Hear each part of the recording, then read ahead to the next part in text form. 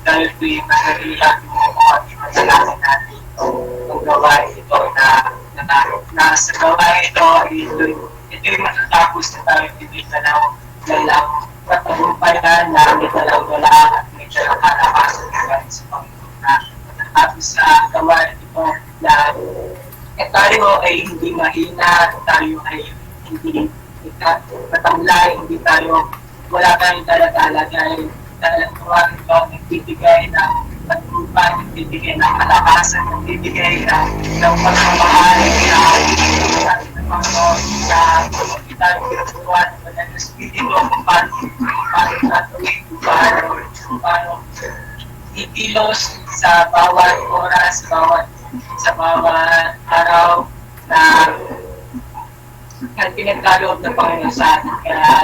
Kaya Panginoon, kami tinataas namin ang lahat ng papuri. Salamat Lord sa inyo sa ang gawain ito, Lord God, na bless Lord God, na nawa Lord God, ng Banal na Espiritu ay maramdaman namin na bumababa mula sa langit pumunta sa mga tahanan ng Panginoon. Sa bawat tahanan, kung nasa naman kami Lord God, nandun na Banal na Espiritu at ang mga kaluluwa namin, ang mga Espiritu na po namin naglalaglag at lumiliwanag sa iyong pangalan. Hallelujah. Lord God, ang pinapanalangin din po namin ang magsasalita ng pagpili, ang mag-share Lord God, ang bawat isa Lord God, na sumali Lord God, na pinapanalangin din po namin mga kapatiran namin na ako din mo. Sila Lord God, na ibuhin ang kanilang mga puso Lord God, na sila ipakasali, sila matandaan na paalalahanin niyo sila Lord God, gamitin niyo ang inyong salita Lord God, sa sila na upang sila'y malibanagan Lord God at makalakad sa saan kayo lumakad Lord God, na kayo lang ang susundin Lord God, yung direction ng Lord God ang lalakad Lord God. Kaya Lord God, sa nilang pinataas lahat ng pupulit, salamat na lahat ng gawa ng Diablo Lord God, lahat ng gawa ng kaawin Lord God ay sinisira namin sa inyong pangalan Lord God, aming tinatanggal lahat ng mga gawa ng kaawin Lord God, at pinapasok Lord God, na dahil lang sa inyong kalakasan Lord God. Sabi kaya Lord God, sa inyo lang ang pupulit, pinataas lahat ng pupulit at salamat sa iyong anak na si Jesus.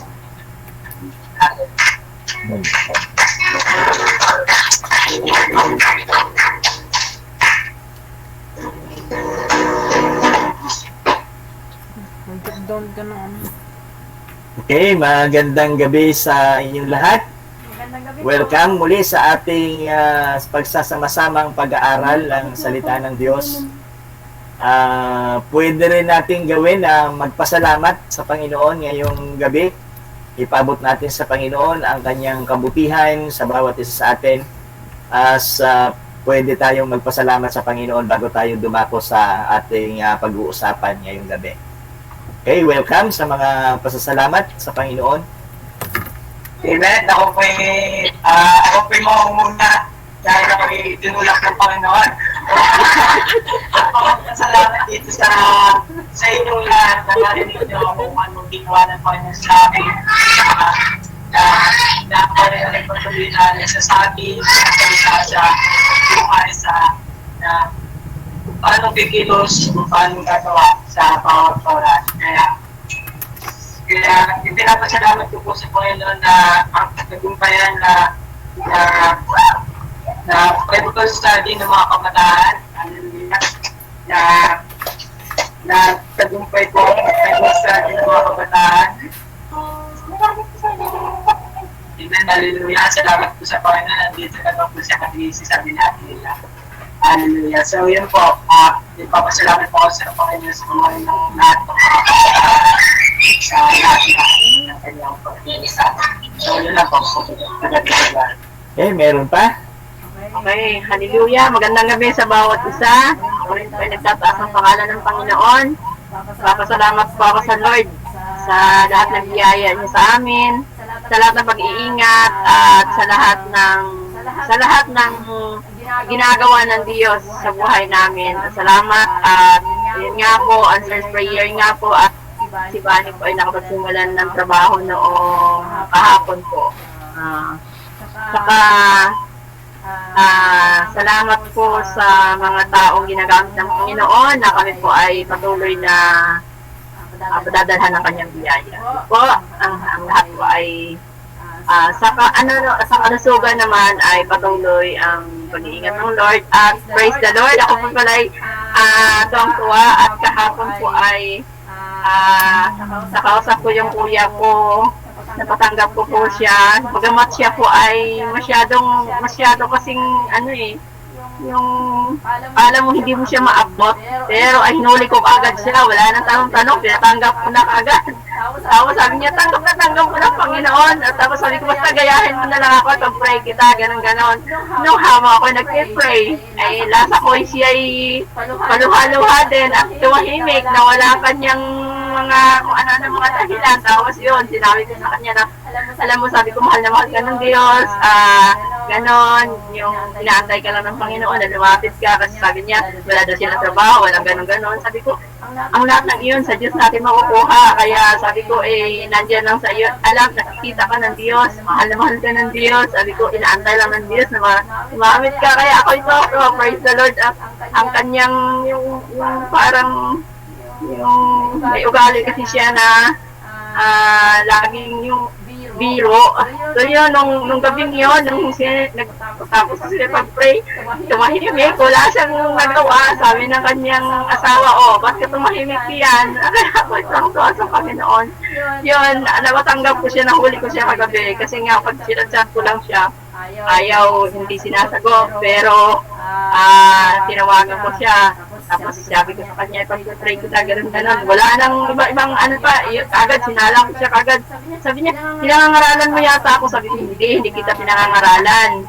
Sabi niya, alam ko na yun. Sabi ko, basta ipag-pray lang kita. Basta sumunod ka lang sa akin. Sumunod din siya. Kaya yun, salamat sa Panginoon. Talagang nahuli din siya ng Lord kahagabi. Yun, lahat ko ay sa Diyos na pinakatiwala at maliilan pa. Yan mga kapatid ko ang gusto kong maabot pero napakatigas ng kanilang puso, pero ganun pa man lagi ko sila yung pinag-pray, lahat sila. Kaya yun, sa Diyos po ang pupuri at sa Kanya lang po ang kadakilaan. Magandang gabi muli. Amen. Okay, praise God. Meron pa? Anyway, ako din may nagpapasalamat sa Panginoon na kami nakauwi na my people from the other world. Yun ba, salamat sa Panginoon sa protection na binigay niya sa pagbiyahe papunta din sa kabila o si punta na niya Kerry. sa amin ni Kuya. Nandiyan sa kabila Okay, kung wala na ay dumako na tayo sa salita ng Diyos na ating pag-uusapan at hayaan naman natin na ang Diyos ang siyang mag-uusap sa atin. Nakapagpasalamat tayo sa Panginoon. Ako rin ay papasalamat din sa Panginoon dahil ang Diyos ay napakabuti ginamit yung quick share para sa maabot yung mga kapatid ko, yung mga pamangkin ko. Kasi yung aking chat ay buong family, group chat ng buong pamilya namin, yung buong magkakapatid at mga pamangkin. Salamat sa Diyos at mga tumanggap sila sa Panginoon. Kaya ako'y nagagala. At ito yung ating mga pag-uusapan din ngayong gabi patungkol din dito dahil ang Diyos ay mayroong bagay na nais ipagawa sa bawat isa sa atin. Samahan ninyo muna ako sa aklat ng Romans. Sige, kuha ang Biblia. Aklat ng Roma. Sulat ni Apostol Pablo sa mga taga-Roma, kabanatang 15, chapter 15, verse 14 to 21. Okay, babasahin ko, sundan ninyo, at atin itong iisa-isahin para makita natin kung ano yung nais ipagawa sa atin ng Panginoon. Sulat ni Apostol Pablo sa mga taga-Romans, chapter 15, verse 14. Mga kapatid, lubos akong naniniwalang kayo mismo ay puspos ng kabutihan at puno ng kaalaman. Kaya't matuturuan ninyo ang isa't isa. Gayunman, sa sulat na ito'y naglakas loob akong paalalahanan kayo tungkol sa ilang bagay.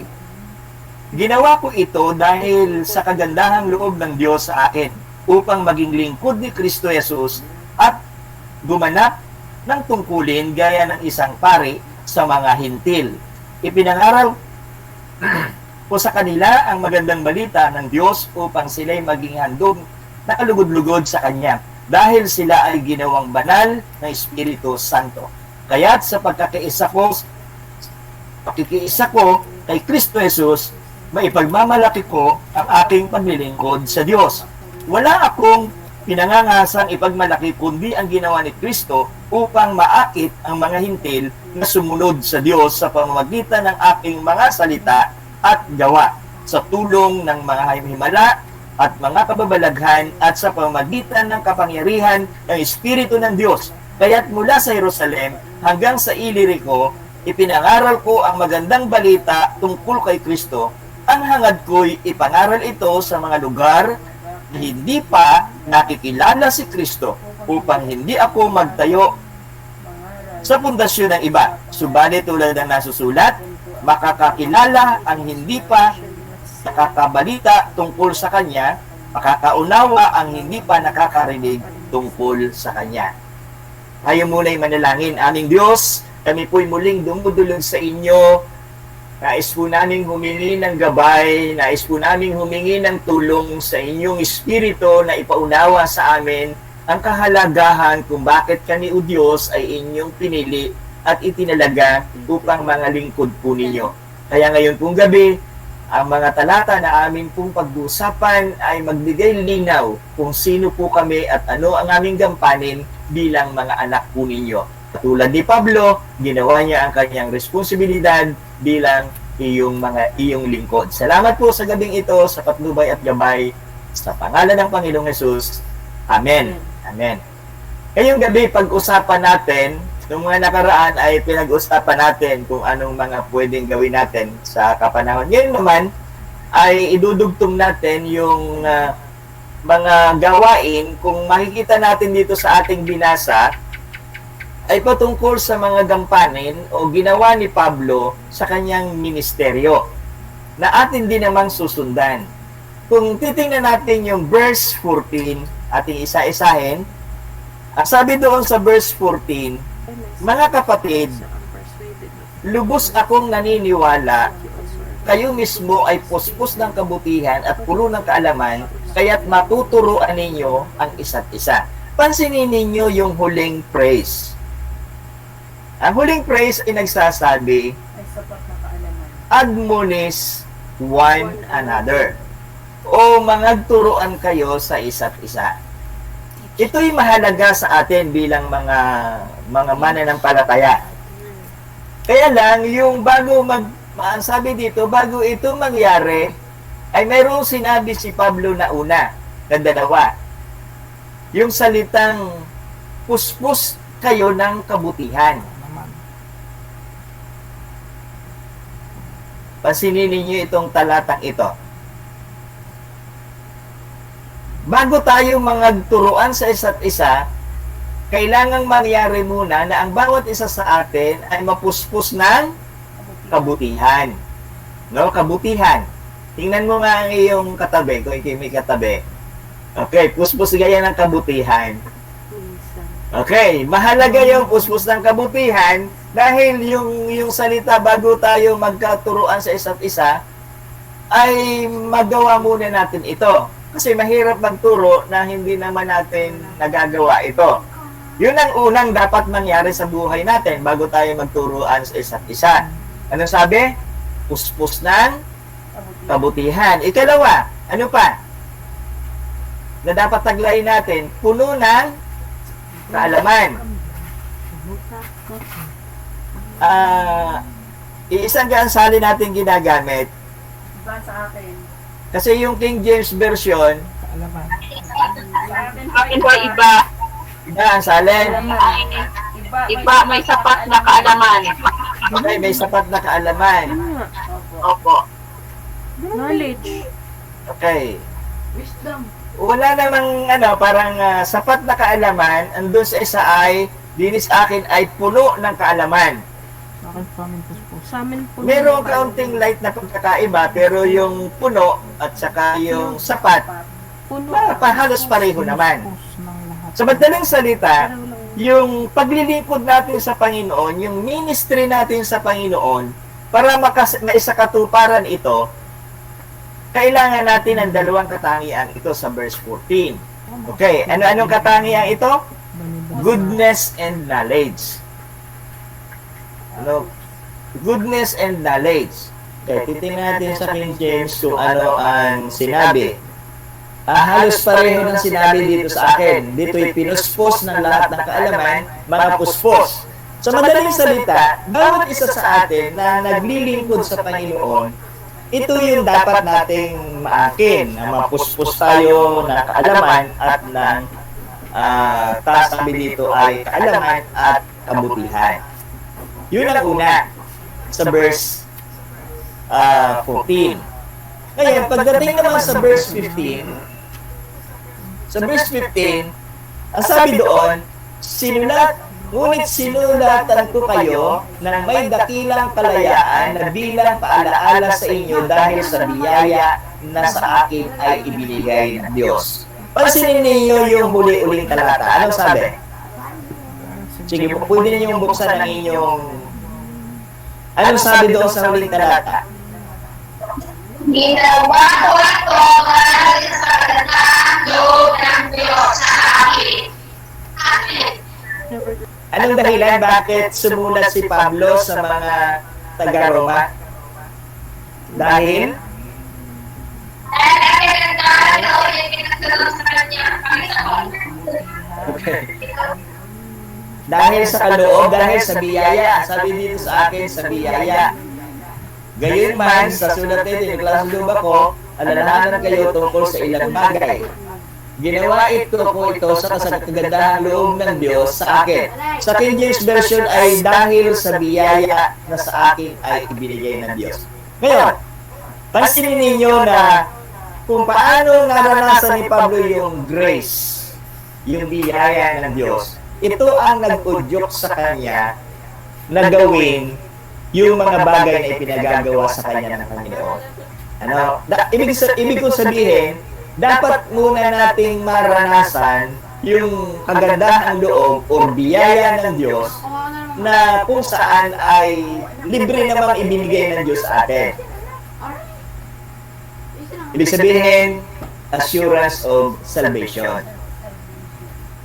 Bago mangyari yung tinatawag na ministeryo o paglilingkod na gaya ng ginawa ni Pablo.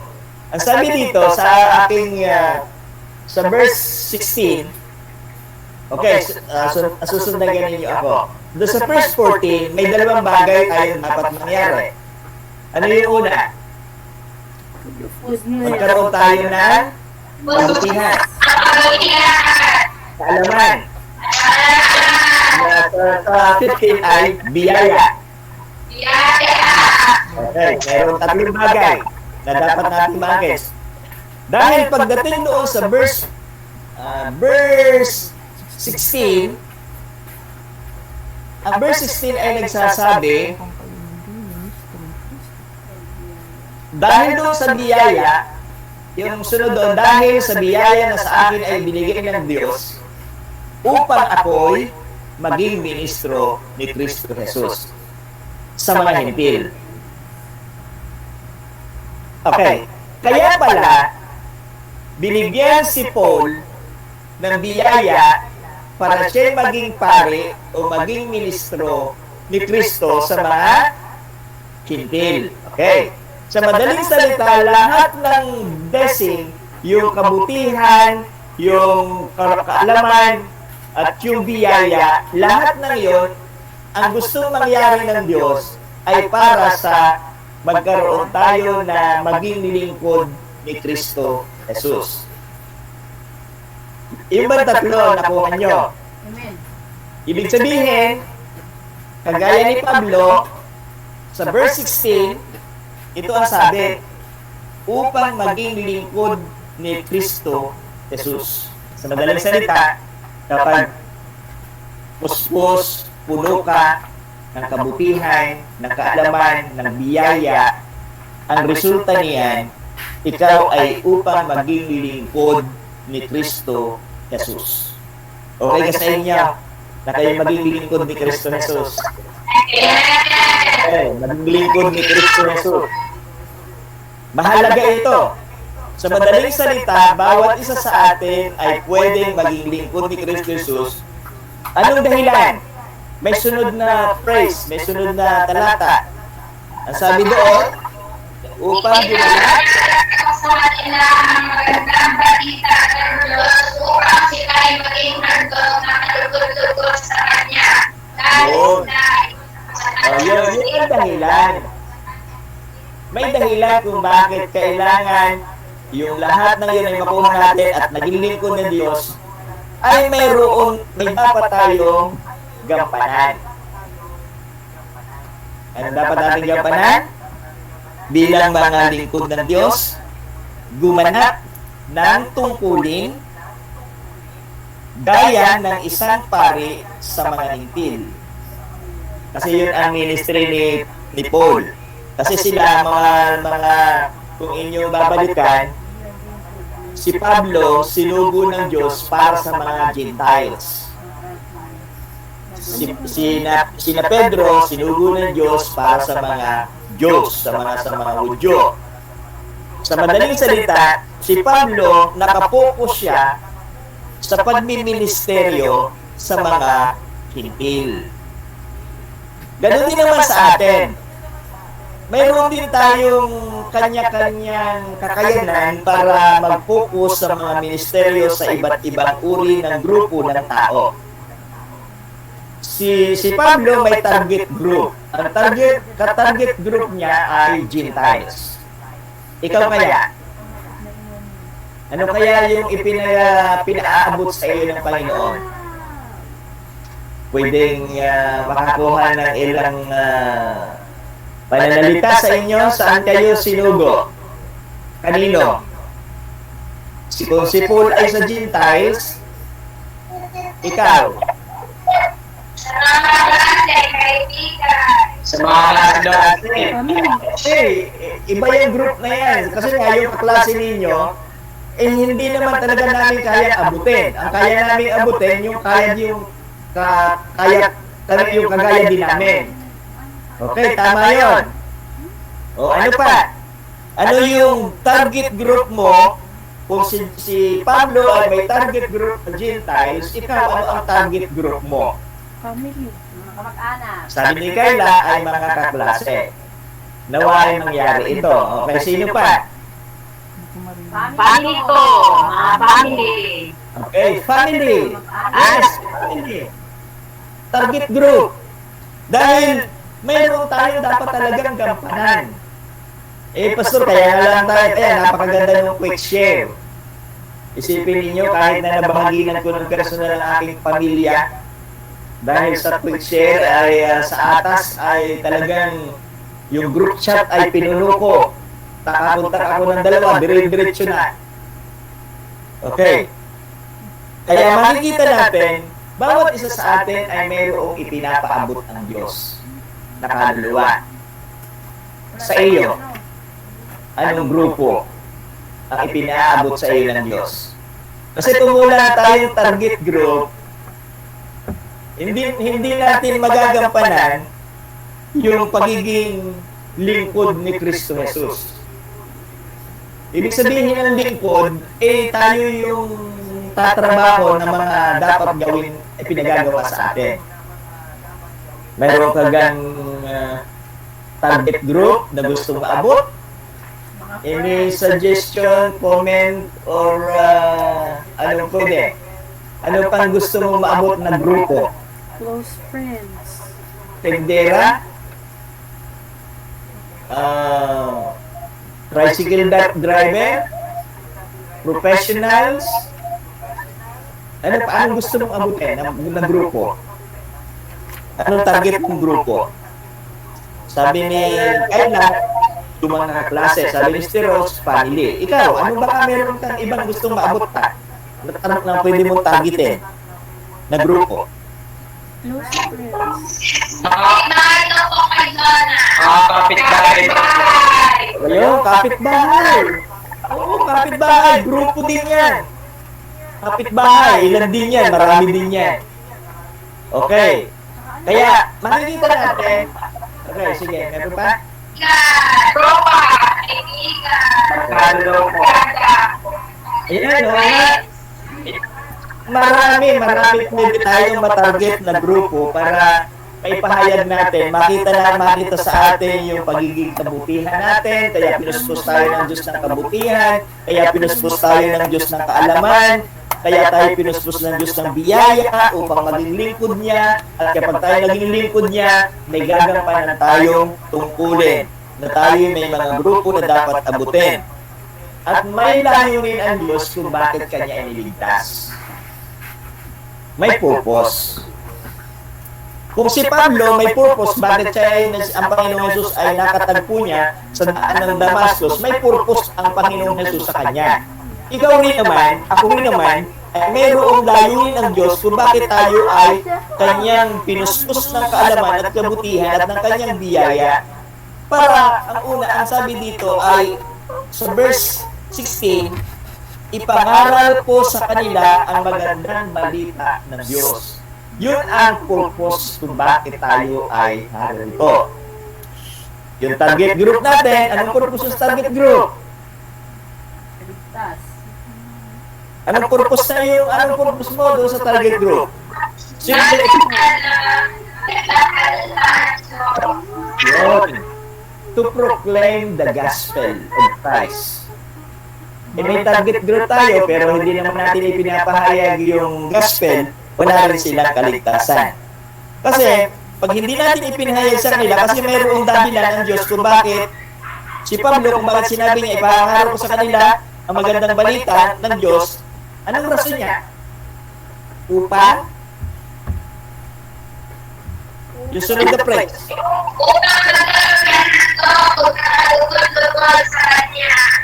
Wow. Ang rason kung bakit natin kailangan ipangaral ang mabuting balita para ang mga tao ay maging kalugod-lugod sa Diyos.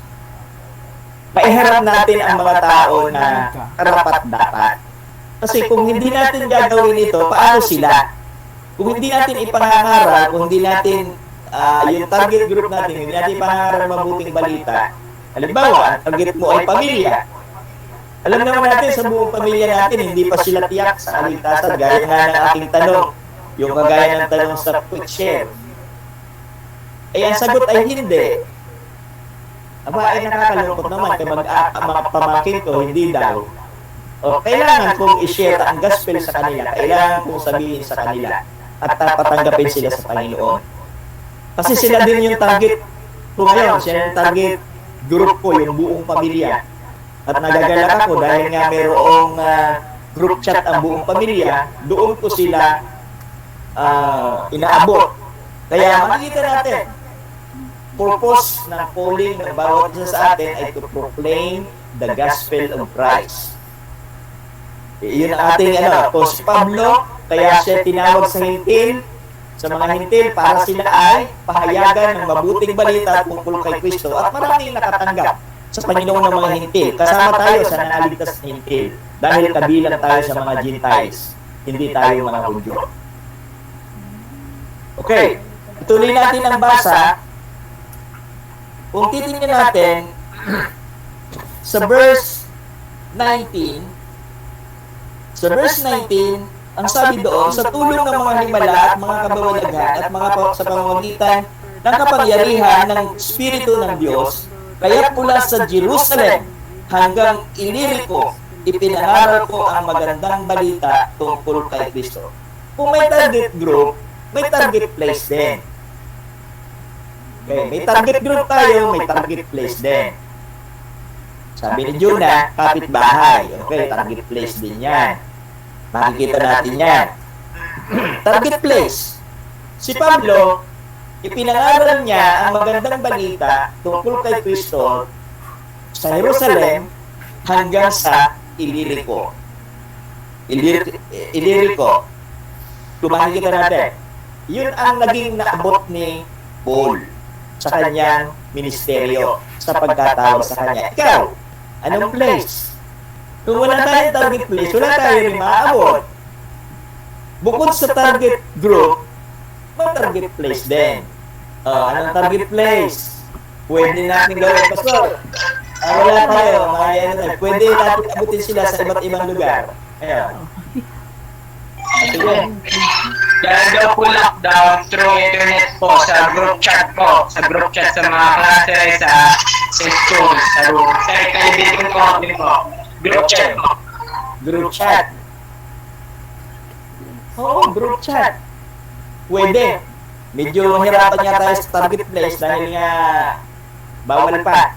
Pero as of now, medyo malaya-laya na tayo nakakapunta sa mga lugar. Baka naman yung lugar ay pwedeng abutin.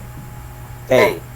Si Pablo, dahil sa kanyang kabutihan, sa kaalaman, sa biyaya, may target group siya bilang ministro ni Kristo, Gentiles, pinangayan niya dahil may purpose siya para maging katanggap-tanggap ang mga Gentiles sa Panginoon, maging kalugod-lugod, mahirap sa Panginoon at mapabanal na Espiritu Santo. Ito rin ang layunin ng bawat isa sa atin. Kaya tayo binigyan ng Diyos ng kabutihan, ng kaalaman, ng biyaya. Ang purpose ng Diyos sa atin ay magkaroon tayo ng target group, magkaroon tayo ng target place para magawa natin yung pinagagawa ng Diyos. Tingnan natin yung ambition ni Paul. Paul ambition. Sa verse 30. Ano ang ambition ni Paul? Ang mga kong ipangaral ito sa lugar na hindi para makilala si Kristo. Makilala si Kristo o makikita ko ang kaya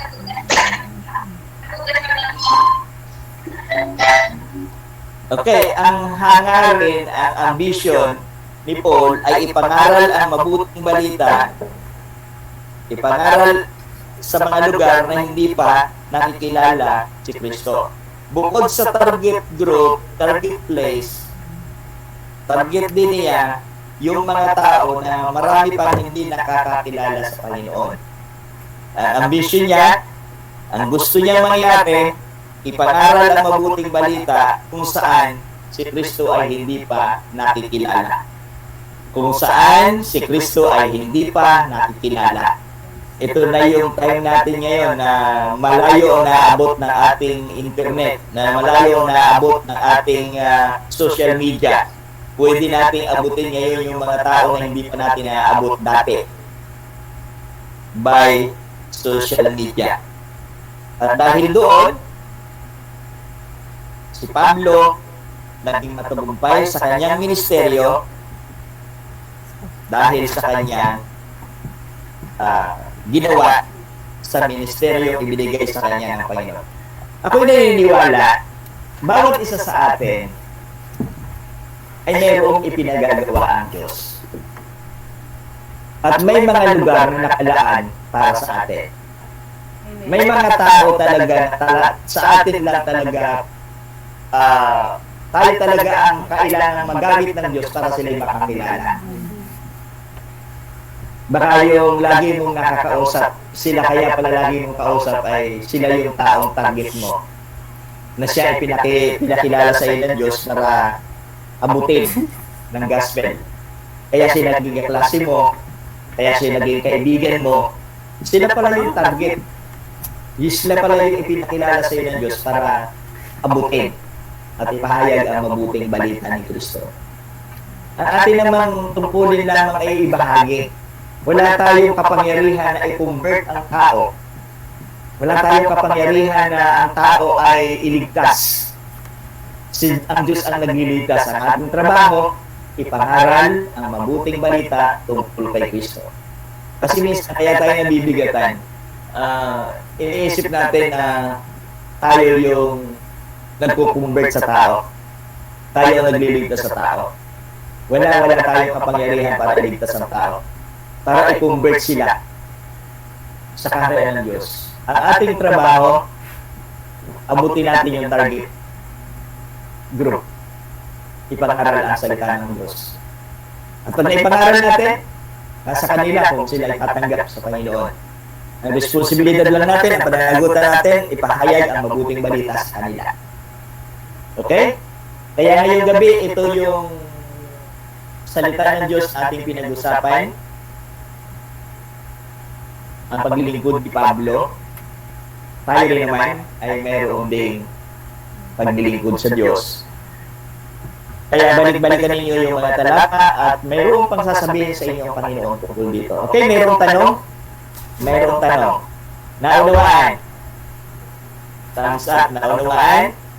Yes. Okay, isipin ninyo ang target group. Sino-sino sila? Target place. Pwede rin naman i-target natin ang place. Baka may kaibigan ka sa ibang lugar. O, place. Baka meron kang kakilala sa ibang lugar. Abutin mo siya sa pamamagitan ng media. Pare-pareho tayo, sabay-sabay tayo na gawin ito. Kaya sa gabi ito, maraming salamat sa inyong cooperation, salamat sa inyong tiyaga, sa pakikinig, salamat sa inyong kabigatan na lumago sa paglilingkod sa Panginoon. Kaya, bawat isa sa atin ay may iniata ng Diyos na responsibilidad. At pare-pareho tayong magbibigay ng sulit sa Diyos. Ang dahilan para gawin natin ito, tumanggap tayo ng habag, tumanggap tayo ng biyaya ng Panginoon. Okay, kung walang katanungan at naway may natutunan kayo, salamat muli sa inyo, pagpalain kayo ng Panginoon. Tayo manalangin. Hallelujah. Aming Diyos, kami po'y lubos na nagpapasalamat dahil pinuspos po ninyo kami ng kabutihan at pinuspos po ninyo na kami ng kaalaman. Naranasan namin ang iyong biyaya. At may dahilan kung bakit po ninyo ito ipinaranas sa amin. Upang kami inyong maging lingkod. Upang kami maging tagapaglingkod sa inyo. At sa aming kapwa. Ang layunin mo, Diyos, kung bakit kami iniligtas, kung bakit kami ginawa lingkod ninyo ay upang ipahayag ang mabuting balita tungkol kay Kristo. Naabutin po namin ang iba't ibang mga tao, aming mga kakilala, aming mga kaibigan, aming mga kaklase, ang mga tao na aming nakakasalamuha sa araw-araw. Lord, bigyan niyo po kami ng tapang at lakas ng loob na ang Ebanghelyo ay maipahayag namin sa kanila sa iba't ibang kaparaanan. Gamitin mo po kami, gamitin mo po ang social media. Maabot po namin ang mga tao na kailangang maabot at maligtas. Salamat, Panginoon, dahil Ikaw ang Diyos na hindi nagbabago. Patuloy po kayong nagliligtas. Patuloy po kayong gumagawa ng himala. Patuloy po kayong gumagawa ng kababalagan. At gamitin mo po ang bawat isa sa amin sa mga bagay na ito. Itinatalaga ko sa inyo, Diyos, ang buong iglesia, sa Sa mga kapatid na kasama ko ngayong gabi, pagpalain mo po ang buhay nila at gamitin sila sa kaparaanan at kakayanan na inyong ibinigay sa kanila. Ang lahat, O Diyos, ng kaloob ng Espiritu Santo ay mag-function sa bawat isa sa kanila. Salamat, O Diyos. Salamat po sa inyo. Pagpalain mo po ang bawat isa sa kanila at ipagkaloob ang lahat ng pangangailangan sa araw-araw. Kalusugan at kalakasan ay tuloy kong ipinapahayag sa bawat isa sa kanila. Patuloy ko rin, dinadala sila sa inyo, Diyos, na gamitin sila. Pagpalain ang mga tao na makakausap nila. Gamitin mo ang kanilang mga labi. Langisan mo po, Panginoon, ang kanilang mga labi. Sa bawat salita na lalabas sa kanilang mga labi na nagmumula sa inyo, ito'y makapangyarihan. Salamat po. Salamat. Basbasan niyo po kaming lahat bilang isang iglesia sa pangalan ng Panginoong Jesus. Amen at amen. Praise God. Palakpakan natin ang Panginoon. Magandang gabi sa inyong lahat.